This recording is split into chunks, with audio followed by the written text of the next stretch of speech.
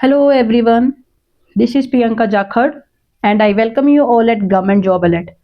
I hope आप सभी अच्छे होंगे। तो आज की इस वीडियो में हम सिक्स पे कमीशन के रिगार्डिंग बात करेंगे। जैसा कि मैंने एक प्रीवियस वीडियो आप लोगों के साथ शेयर की थी कि सिक्स पे कमीशन के रिगार्डिंग एक बहुत ही इम्पोर्टेंट कोर्ट केस है जो कि अभी माननीय हाई कोर्ट में चल रहा है। और इस केस का जो इफेक्ट है सभी इम्प्लॉयज़ पे देखने को मिलेगा, चाहे आप प्रेजेंटली वर्किंग एम्प्लॉय हो, चाहे आप रिटायरी हो। एट द एंड इस केस का जो भी डिसीजन होगा उसका इफेक्ट आप सब पे होगा। तो ये केस कहीं ना कहीं आप सबके लिए बहुत ज़्यादा इंपॉर्टेंट हो जाता है। तो जैसा मैंने आपको बताया था कि 4 दिसंबर को इस केस की हियरिंग हुई और हियरिंग के बाद अब इसके जो ऑफिशियली जो ऑर्डर है वो जारी कर दिए गए हैं।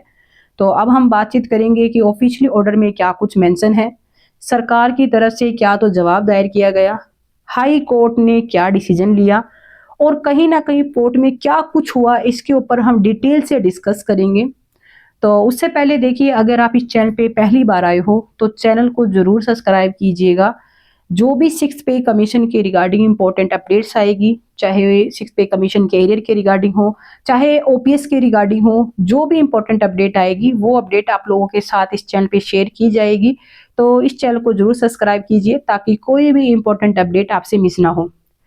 तो सबसे पहले तो देखिए, जैसा मैंने प्रीवियस वीडियो में बताया था कि सिक्स पे कमीशन को लेकर कोर्ट में सबसे पहले तो सरकार की तरफ से एक जवाब दायर किया जाता है कि हमने एक सब कमेटी बनाई है और सब कमेटी ने अपनी जो रिपोर्ट है सिक्स पे कमीशन के एरियर के रिगार्डिंग वो सबमिट कर दी है। बट अभी तक उस कमेटी की जो रिपोर्ट है उसे कैबिनेट से अप्रूवल नहीं मिली है, मतलब अभी तक उसे फाइनलाइज नहीं किया गया है। और उसी के साथ ही ये डिसाइड नहीं किया गया कि कब तक तो सिक्स पे कमीशन के एरियर की जो पेमेंट है वो की जाएगी, उसका जो शेड्यूल है वो अभी तक जारी नहीं किया गया। उसके बाद देखिए, जो माननीय हाई कोर्ट ने बड़े ही कड़े शब्दों में सरकार को फटकार लगाई कि आप एक प्रॉपर शेड्यूल लेके आइए, आप बिल्कुल डिटेल से बताइए कि आप गवर्नमेंट एम्प्लॉय को कब तक पेमेंट करेंगे, क्योंकि जिस तरह से आप डिले कर रहे हो तब तक तो नेक्स्ट जो पे कमीशन है उसकी रिकमेंडेशन है वो भी लागू हो जाएगी और आप अभी तक सिक्स पे कमीशन की जो पेमेंट है वो नहीं कर रहे हो। तो कहीं ना कहीं गवर्नमेंट एम्प्लॉयज के साथ ये जाती है, इसे आप ऐसे इस तरह से नहीं कर सकते। तो इसी को लेकर देखिए, फिर सरकार की तरफ से एक जवाब दायर किया जाता है कि अभी क्या है कि हमने एक सब कमेटी बनाई है और उसमें हमने ये चीज़ एनालाइज की है कि जितना भी फंड है, मोस्ट ऑफ द फंड हमने ऑलरेडी जो है डिस्ट्रीब्यूट कर दिया है एम्प्लॉयज़ को as a salary, as a wages या फिर कहें तो एज ए रिटायरमेंट बेनिफिट। तो हमने मोस्ट ऑफ द फंड है वो डिस्ट्रीब्यूट कर दिया है। तो अभी इतना फंड नहीं है जिसकी वजह से जो एरियर में पेमेंट में कहीं ना कहीं डिले जो है देखने को मिल रही है। और यहाँ पे देखिए, सरकार की इस जवाब से कहीं न कहीं ये चीज़ साबित होती है कि शायद सरकार जो है एरियर की पेमेंट में कहीं न कहीं और डिले करने की कोशिश कर रही है। इसके रिबट में माननीय हाई कोर्ट की तरफ से एक बहुत ही, कह सकते हैं कि एक ऐसा डिसीजन लिया गया जो शायद इससे पहले कभी ना लिया गया हो।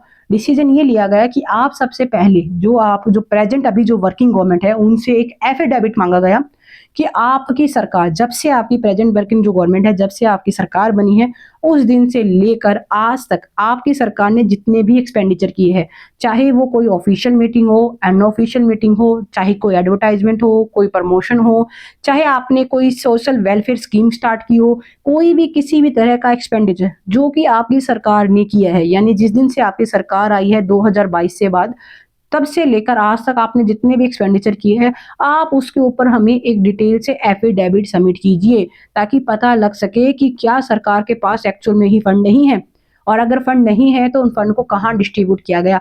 और कहीं न कहीं ये एक माननीय हाई कोर्ट की तरफ से आदेश जारी किए गए।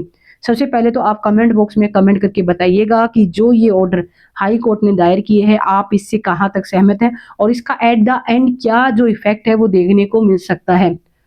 तो देखिए, ये सब हेयरिंग में हुआ। उसके बाद 4 तारीख की हेयरिंग बहुत ज़्यादा इम्पोर्टेंट थी। सबको उम्मीद थी कि सरकार एक एफिडेविट पेश करेगी और एफिडेविट में कहीं न कहीं एक क्लियरिटी मिलेगी कि कब तो सिक्स पे कमीशन की एरियर की जो पेमेंट है वो की जाएगी। अब हेयरिंग में क्या हुआ उसके बारे में हम पता करते हैं। देखिए, हेयरिंग की अगर हम बात करें तो ये जो केस है ये अर्जेंट में हेयरिंग लिस्टेड था और बट जैसे इस केस का नंबर आता है तो पंजाब सरकार की तरफ से रिक्वेस्ट की जाती है कि इस केस को पास ओवर किया जाए। मीन्स जैसे सभी अर्जेंट केसेस की हेयरिंग हो जाए उसके बाद इस केस को सुना जाए, इसकी हेयरिंग की जाए। बट कहीं न कहीं देखिए यहाँ पे हम यही कहेंगे कि शायद सरकार की तरफ से एक नेगेटिव रवैया ही देखने को मिला, क्योंकि जैसे ही अर्जेंट केसेज़ की हियरिंग ओवर होती है, जैसे इस केस का नंबर आने वाला होता है, उससे पहले ही जो कोर्ट की जो वर्किंग आवर्स है वो पूरे हो चुके होते हैं, कोर्ट का जो टाइम है वो ओवर हो चुका था और इस वजह से इस केस पे कोई भी हियरिंग नहीं हुई।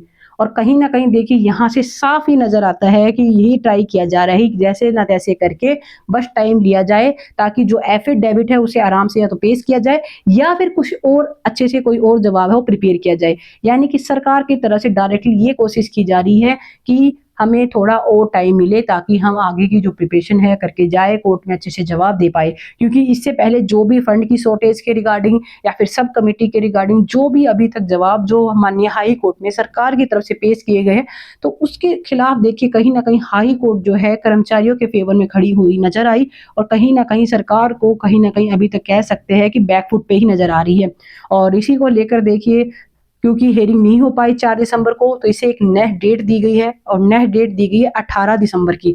अब जो इस पे नेक्स्ट हियरिंग होगी वो होगी 18 दिसंबर को, बट उम्मीद करेंगे कि 18 दिसंबर को एक्चुअल में हियरिंग हो और इस पे कोई एक एफिडेविट है वो सरकार पेश करे, ताकि पता चल सके कि एक्चुअल में जो फंड है वो कहाँ डिस्ट्रीब्यूट हुआ और कब तक एम्प्लॉइज़ को जो एरियर की पेमेंट है वो की जाएगी। उम्मीद करेंगे एक्चुअल में कुछ पॉजिटिव इसका इफ़ेक्ट है वो एट द एंड देखने को मिले। इसके अलावा देखिए काफ़ी एम्प्लॉइज़ हैं जो कि मैसेज करते हैं किसी न किसी कोर्ट केस के रिगार्डिंग, स्पेशली ओपीएस के रिगार्डिंग। तो देखिए अगर आपको किसी भी केस के रिगार्डिंग या फिर ओपीएस के किसी स्पेसिफिक केस के रिगार्डिंग कोई इन्फॉर्मेशन चाहिए, तो आप सिंपल सा एक काम कीजिए, सिर्फ डायरी नंबर या फिर सीडब्ल्यूपी नंबर जो है वो कमेंट बॉक्स में कमेंट कर दीजिएगा। जिस भी केस की आपको इन्फॉर्मेशन चाहिए, उस केस के रिगार्डिंग आप लोगों के साथ बिल्कुल एक्यूरेट और ऑथेंटिक इन्फॉर्मेशन के साथ आप लोगों के साथ एक वीडियो शेयर की जाएगी, जो भी एप्रोप्रिएट इन्फॉर्मेशन होगी, ताकि सभी जो गवर्नमेंट एम्प्लॉइज़ हैं उनकी हेल्प हो सके।